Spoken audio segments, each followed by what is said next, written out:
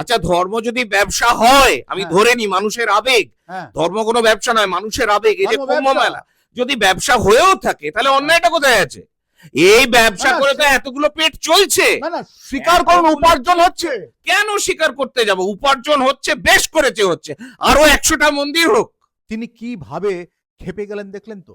আমার পাশে রয়েছে বাসুদা, সাধুর বিপরীত নাস্তিক মানুষ, ভগবান বিশ্বাস করেন না।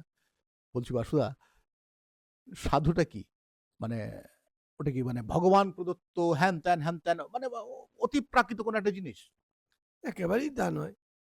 কিছু লোক তারা সিদ্ধান্ত নেয় যে এই দেশে মানে ধর্ম নিয়ে কাজ করলে এবং গেরুয়া বসনটা গায়ে চাপালে অনেক সহজে বেঁচে থাকা যাবে, আয় করা যাবে। আর তার টাকা মধ্যে রোজগার করা যাবে। ওই তো আয় করা যাবে, টাকা রোজগার করা যাবে।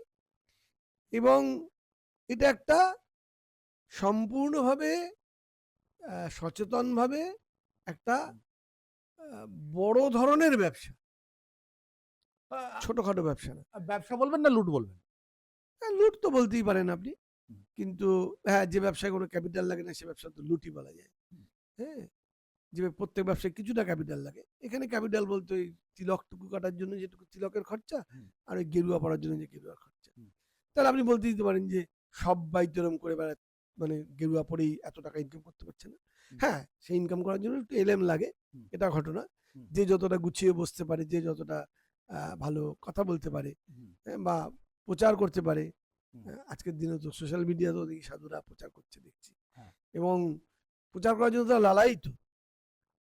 এই যে সাধুরা